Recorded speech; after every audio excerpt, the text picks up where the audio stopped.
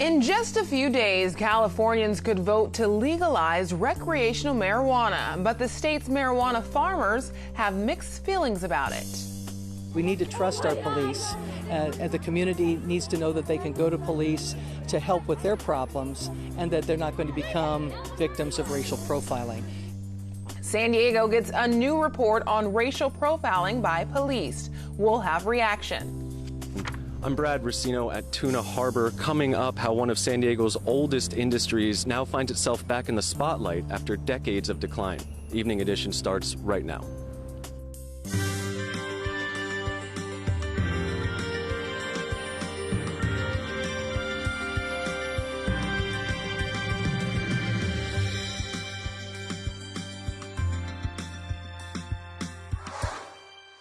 Good evening and thanks for joining us. I'm Ebony Monet. While the Pentagon's been ordered to stop collecting bonus repayments from California National Guards members, two San Diego congressmen say that's not enough. Republican Darrell Issa and Democrat Scott Peters want the Defense Department to help the families who've already made repayments. Some soldiers got re-enlistment bonuses of $15,000 and up and later learned those were improper payments.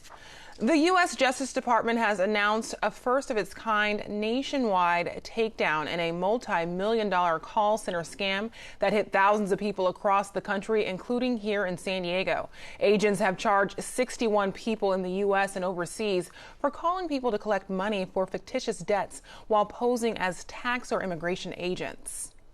More than 15,000 victims, including many new immigrants to the United States and the elderly, were targeted by a complex fraud scheme involving a network of call centers originating in India. The Justice Department says one of the victims was an elderly woman from San Diego who paid more than $12,000 after the suspects threatened to arrest her for tax violations. There's new data out about racial profiling in San Diego. SDSU researchers presented their preliminary findings to the City Council's Public Safety and Livable Neighborhoods Committee. Researchers said initial findings show in 2014, black drivers were about 20% more likely than white drivers to be pulled over, and younger black motorists were 45% more likely to be stopped than their white counterparts. The racial disparity between traffic stops was greater in 2014 than in 2015. City leaders say this is likely due to enhanced officer training. We need to trust our police, and the community needs to know that they can go to police to help with their problems and that they're not going to become victims of racial profiling. And I'm not saying that it's happening widely. I don't know. But I do know that our police officers, the men and women in our police department, by and large, are very good people. Full results of the comprehensive study on vehicle stops by police in San Diego and how they relate to race and ethnicity are set to be made public by Thanksgiving.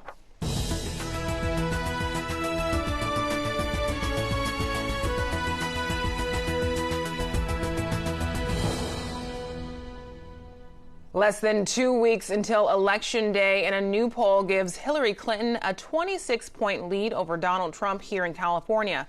The Public Policy Institute surveyed likely voters' support for the presidential candidates was split along party lines, most Democrats supporting Clinton and most Republicans supporting Trump. Pollsters also asked about the Senate race between two Democrats. State Attorney General Kamala Harris has a 22-point lead over Congresswoman Loretta Sanchez, and 18% of voters say they won't vote in this race at all. The same poll found softening support for Proposition 64, the measure to legalize recreational marijuana. The yes votes are still leading at 55%, but that's a 5-point drop since the last poll in September. Opponents of 64 say voters may be confused about how the measure will work, especially since California is still figuring out how to regulate medical marijuana. Why don't we get one done right and then worry about recreational instead of trying to do everything at once and creating chaos? California voters approved medical marijuana back in 1996. Longtime illegal pot farmers have mixed feelings about Proposition 64. Associated Press reporter Ned Barker takes us inside the world of secret marijuana farms. Hidden among the trees, small patches that make up California's pot production mecca. A lot of people came here for a different way of life. Guerrilla farms like this one are the backbone of the Emerald Triangle, a 3-county region in Northern California growing illegal marijuana. The Associated Press got a rare look inside this secluded area. Gotta get on the map, man. It's time to come out green, you know? Farmers have been growing the drug here long before the state legalized pot for medicinal use in 1996. Now, as California voters decide whether to legalize and regulate recreational marijuana, emotions are mixed among those who've been flouting the law for generations. With Proposition 64, the cost of marijuana is supposed to go down considerably. When that happens, if you want to stay in the game at this level, you're going to have to double your production to keep up with that drop in price.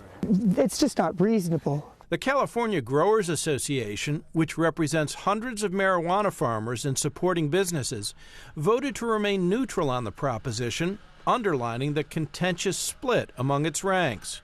It's just time. It's time to end criminalization. It's time to stop this. For Tim Blake, Prop 64 represents an opportunity to grow the marijuana business from tourism to products. You're going to see cannabis grown at levels that people can't even fathom. That's what worries Laura Costa, the influx of new growers with deep pockets. Because we're just small farmers, we're not bureaucrats. And it takes a couple of lawyers and this guy, that guy, the other guy, and all of these other things. And the small farmer is going to have a real hard time pulling all that together.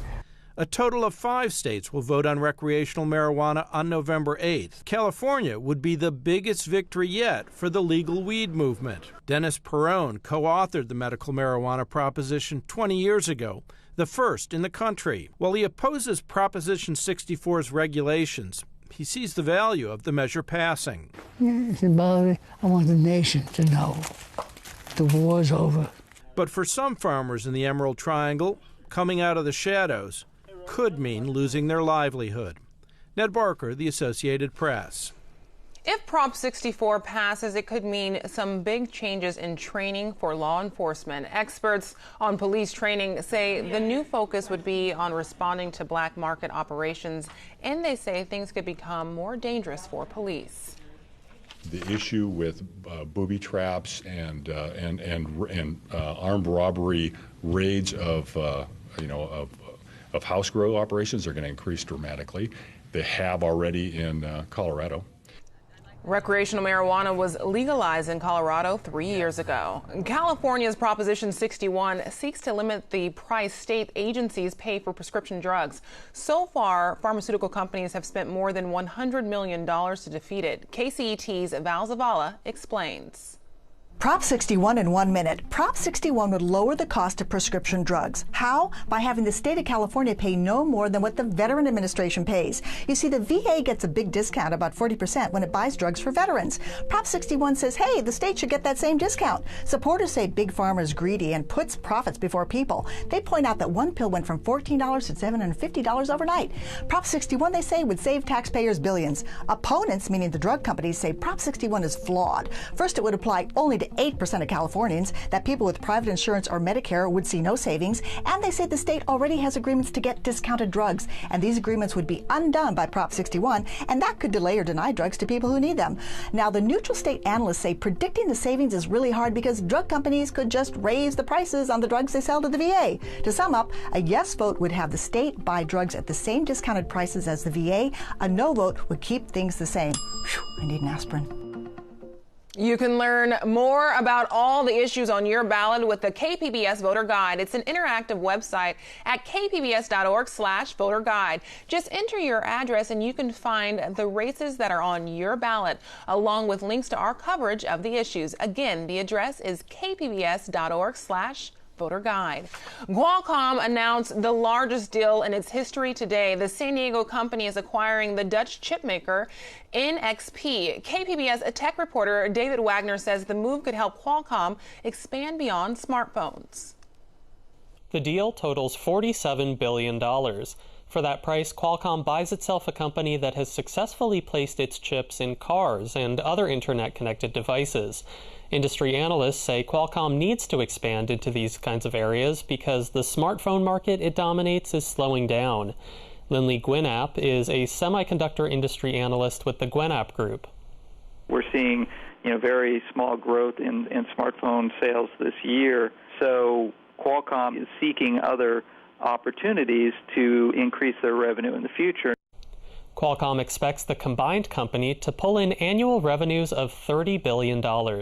David Wagner, KPBS News. Twitter is cutting its workforce. The social media company says it will lay off 9% of its employees worldwide. It's also killing Vine, the mobile video app launched 3 years ago. While Twitter is popular with celebrities, journalists, and politicians, it's not keeping up with other social media platforms like Facebook and Instagram. Apple unveiled its newest MacBook Pro laptop today. The new machines come with a touch bar that works like the touch screens on iPhones and iPads. Those two products have been Apple's biggest sellers for the past few years. Another day of computer issues for the DMV. 16 field offices were still having problems because of a series of hard drive failures, among them the offices in Rancho, San Diego, and San Marcos. Technicians are still working to get the DMV system back to 100%, but they aren't saying how soon that would happen. Advocates say the issue of homelessness is not limited to downtown San Diego. That's why the Alpha Project is bringing its efforts to City Heights. Today, leaders of the nonprofit joined police and city officials at Jeremy Hinwood Memorial Park to announce a one-year partnership. Alpha Project provides outreach services from affordable housing to mental health counseling. Alpha Project leaders say the need in City Heights is even bigger than they had realized. It's going to be a challenge, as every community is, and we're dealing with human beings, not lab rats, and very complicated issues, mental health issues, and things like that, and then trying to be sensitive not only to the folks that we serve, the homeless, but also to the communities. The Alpha Project will reach out to people sleeping in parks and on the streets of City Heights to try to find solutions to the circumstances causing them to be homeless. The program is being funded by the City Council District 3 and 9.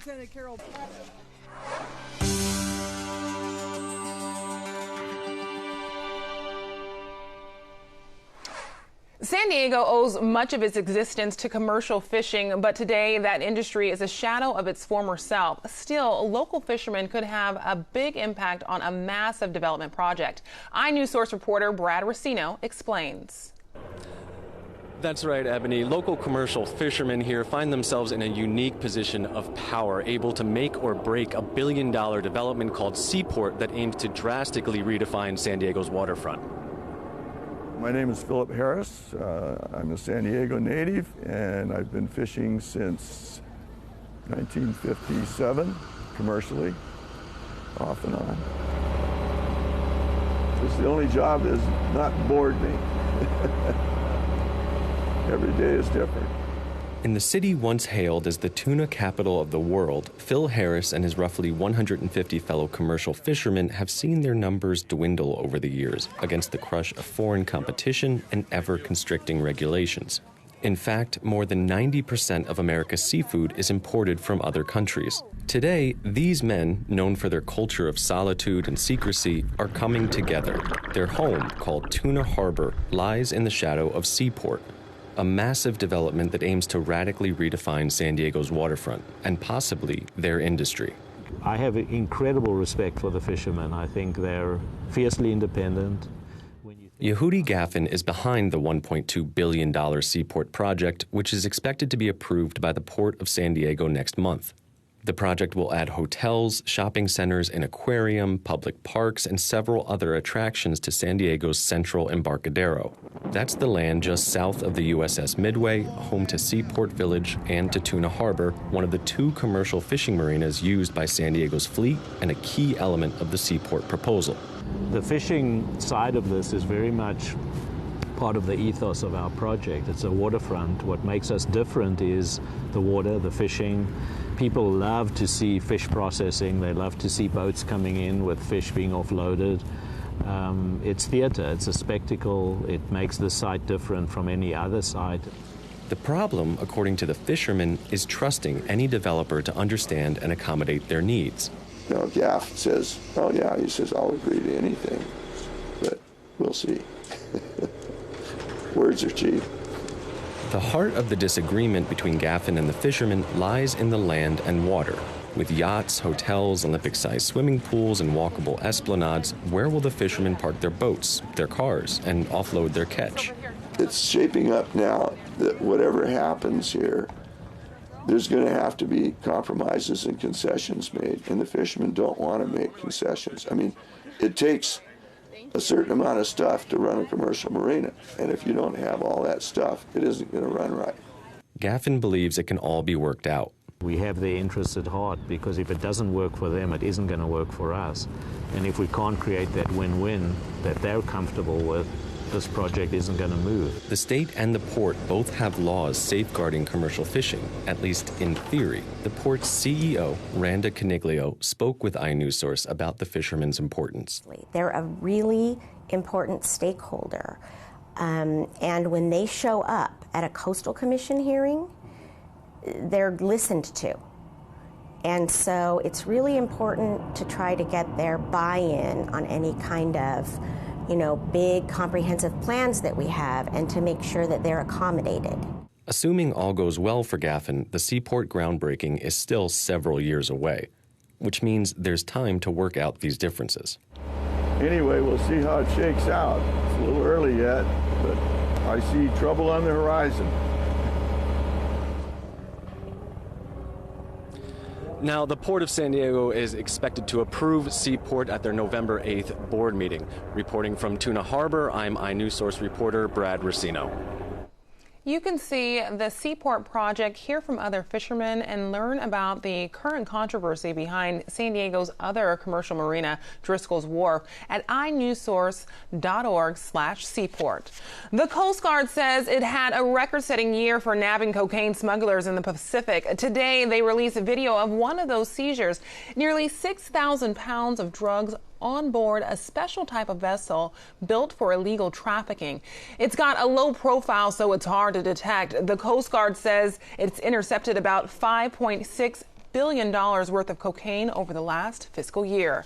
Californians' over-reliance on gasoline-powered vehicles carries heavy health and climate-related costs. KPBS health reporter Kenny Goldberg says a new report from the American Lung Association puts the annual price tag at $15 billion. The report drills down on the costs of smog and climate pollution caused by passenger vehicles. Researchers evaluated the effects in California and in 9 other states.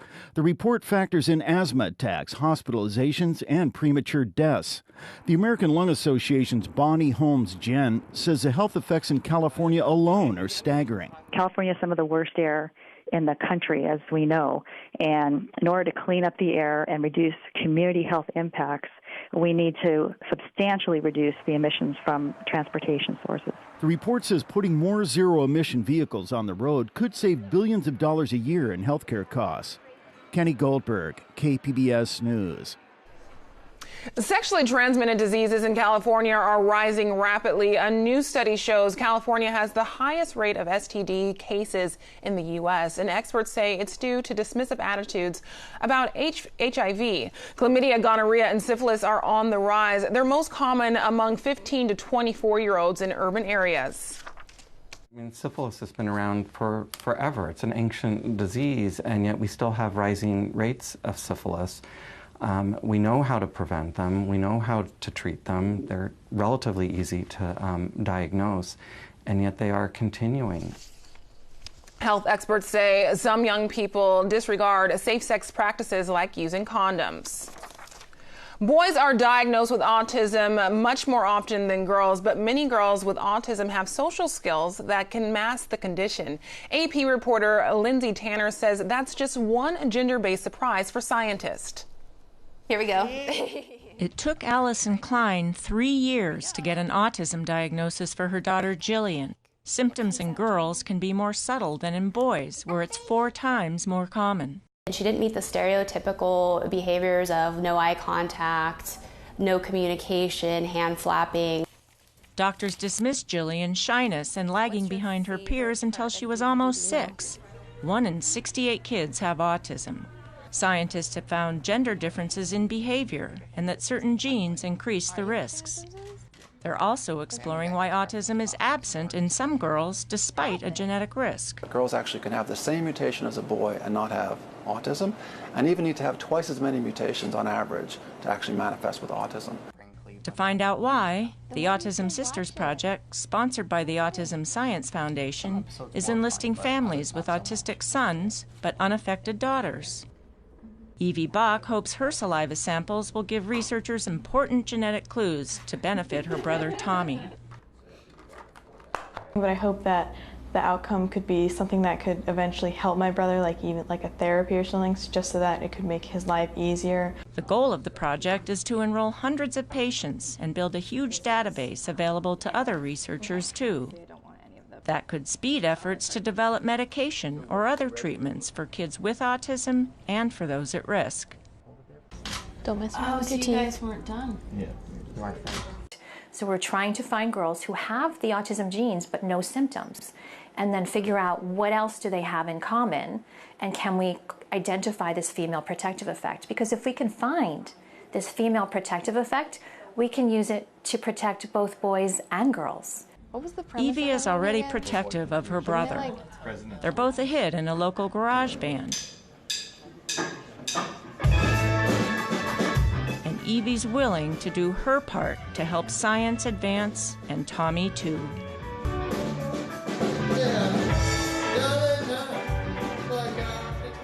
Lindsay Tanner, Associated Press, Chicago. I'm Judy Woodruff. On the next NewsHour, we examine where things stand in key battleground states with less than 2 weeks before the election. That's Thursday on the PBS NewsHour. Sunshine is returning to San Diego soon, but first, some more rain. Heather Waldman has tonight's forecast. Well, it's been a rainy day for Central and Northern California. We'll see shower chances increase across San Diego County late tonight and into the day on Friday. We need the rain. But hey, it's the end of the week. If you're trying to get somewhere for your weekend, I would expect some slowdowns on the roads and at the airports for sure. Again, the bulk of the heavy rain from the Bay Area up towards Redding, but a few showers starting to sneak their way onto the radar here late this afternoon. Satellite picture close up shows the clouds have been hanging pretty tough throughout the day. We had some sunshine to start the morning off, but I wouldn't expect bright skies until we get to the second half of this coming weekend. Best chance for showers is going to be on Friday. We definitely need that rain. But again, be mindful. You may need some extra time to get to work tomorrow, especially at the coast where that rain could be a little bit more widespread at times. A lot of clouds around tonight. Again, those showers off to the north for the time being. Temperatures will stay in the mid-60s. The rest of the county does stay mainly dry, but the farther north you go, the more likely you are to catch one of those showers in the area. Temperatures will be in the upper 50s to low 60s around Oceanside, San Diego, and Chula Vista. 67 in Mecca, 65 in Borrego Springs. Some of those higher elevation places, mid to upper 50s for tonight. Again, this rain helpful. It's coming into Central California where we have the worst of that exceptional drought.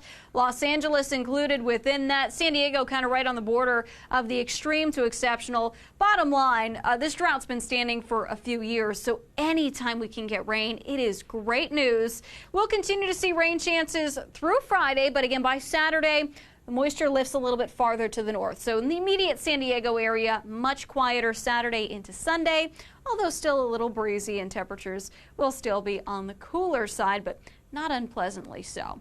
At the coast, best chance of showers again Friday, but they'll be spotty in nature. Not everybody's going to see them, and it's not going to rain all day long. But again, don't expect a whole lot of sunshine out there either. Saturday, the sunshine returns. Temperatures stay, though, in the upper 60s to low 70s for the start of next week. So here comes that cooler air. Inland, showers will be even less numerous, but still expect them to be around. Partly sunny Saturday, not nearly as warm Sunday, high just 72.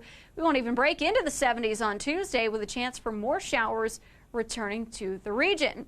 Temperatures will stay in the 60s through the end of this week in the mountains. Spotty shower or two. The weekend generally looks nice, but look how chilly it is early next week. Highs are going to stay in the lower 50s. Final stop, the deserts. Maybe a shower on Friday. Certainly not a whole lot of rain. Partly sunny this weekend. Sunday looks very nice with a high of 83. We'll stay in the 70s Tuesday with the next chance of a few showers. I'm Heather Waldman for KPBS News. Now, here's a look at what we're working on for tomorrow in the KPBS newsroom. On Morning Edition, Proposition 67 aims to eliminate single-use plastic bags in California. Tomorrow, we'll explain who is supporting and opposing this prop. And on Midday Edition tomorrow, you don't need pumpkin patches or haunted houses to celebrate Halloween. We'll give you some alternatives tomorrow at noon on KPBS Radio. You can find tonight's stories on our website, kpbs.org/evening edition. Thanks for joining us. Have a great night.